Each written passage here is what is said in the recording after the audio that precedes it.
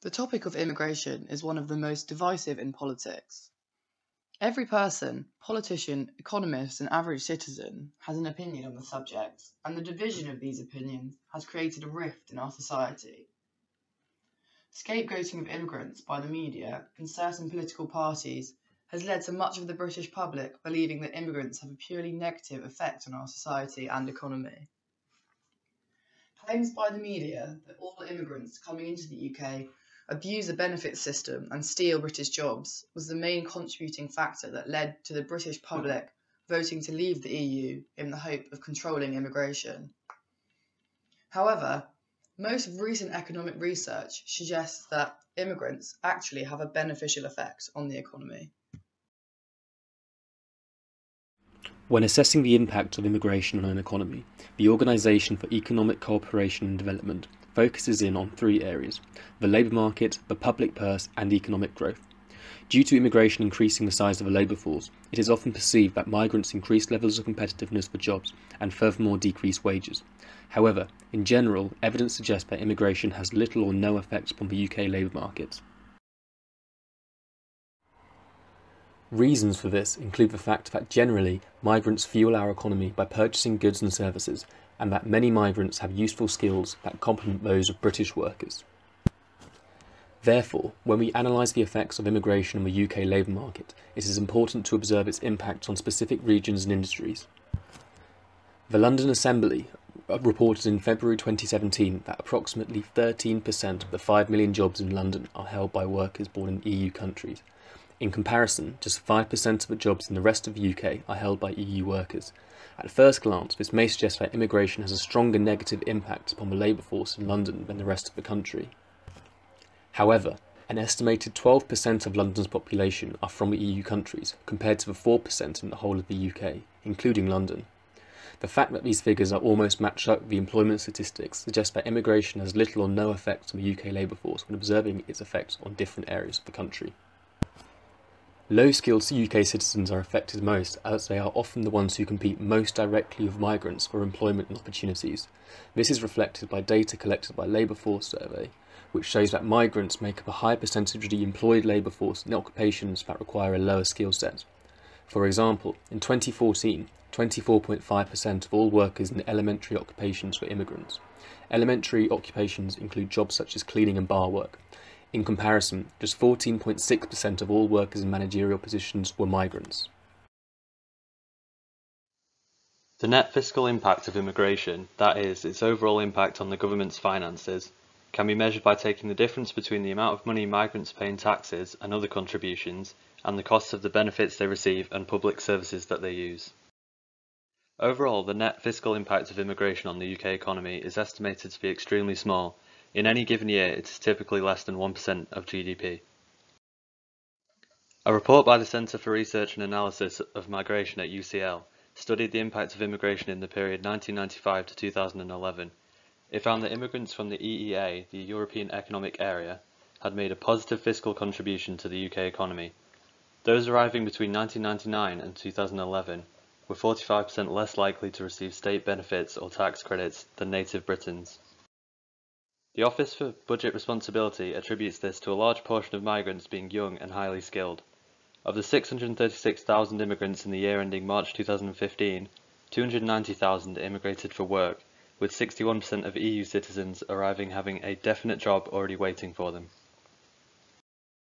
Another common reason for immigration into the UK is to study. In the year ending June 2014, 176,000 people immigrated to study. Billions of pounds are put into the UK economy every year by foreign students.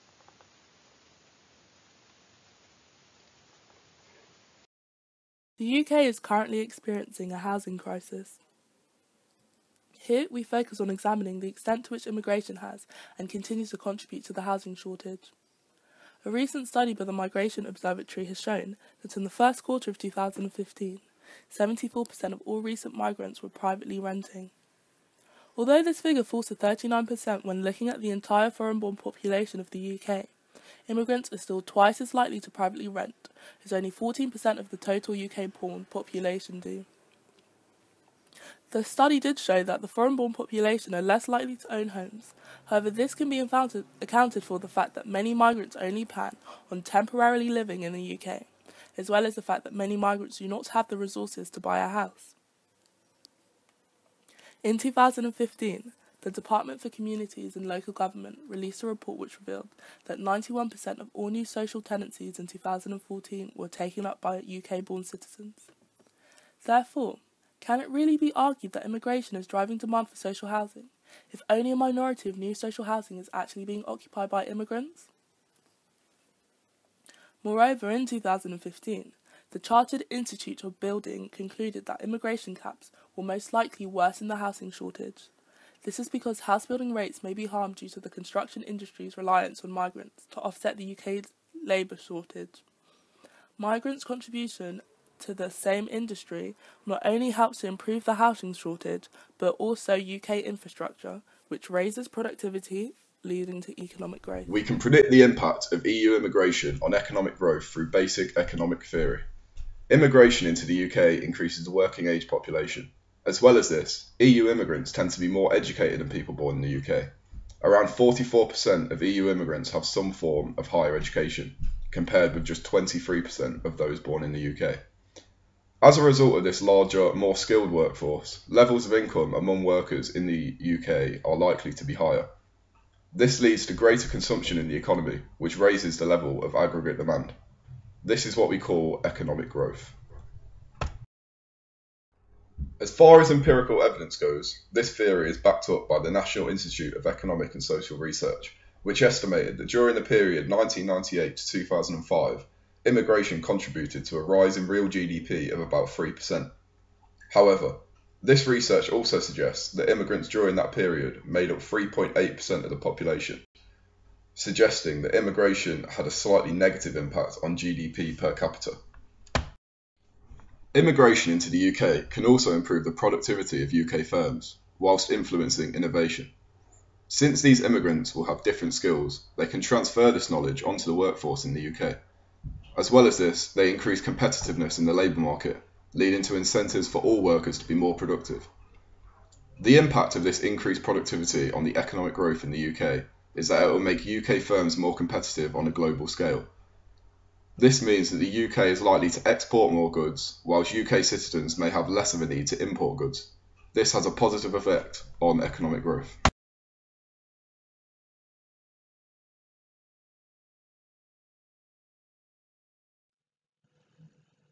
The National Institute of Economic and Social Research assessed the impact of Brexit on immigration and economic growth. They predict a reduction in EU migration, reducing the population able to work in the UK by 0.15%. This is because migrants do not replace UK citizens in jobs, but instead work alongside them, filling the jobs that no one else wants to do. As a result, there will be higher unemployment and lower demand within the economy, meaning annual GDP is predicted to fall by between 0.63% and 1.19% as a result of Brexit.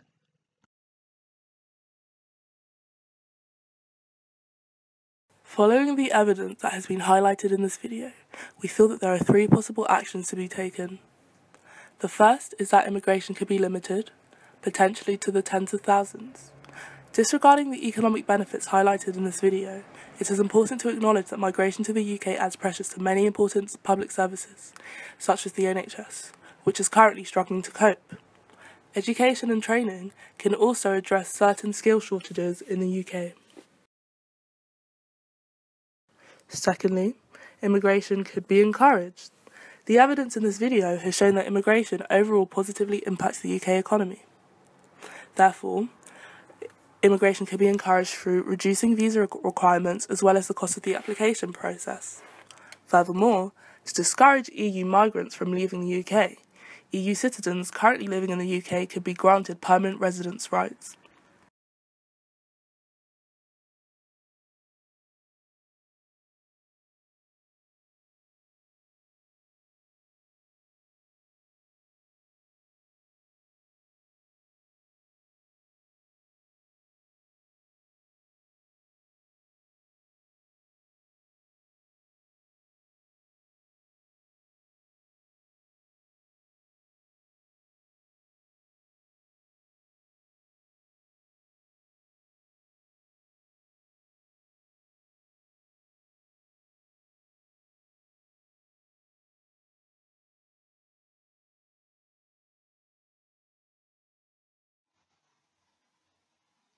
The final option is the do-nothing scenario. The general conclusion arising from our research is that immigration has a surprisingly small effect on the UK economy, and therefore, why do we need to change it?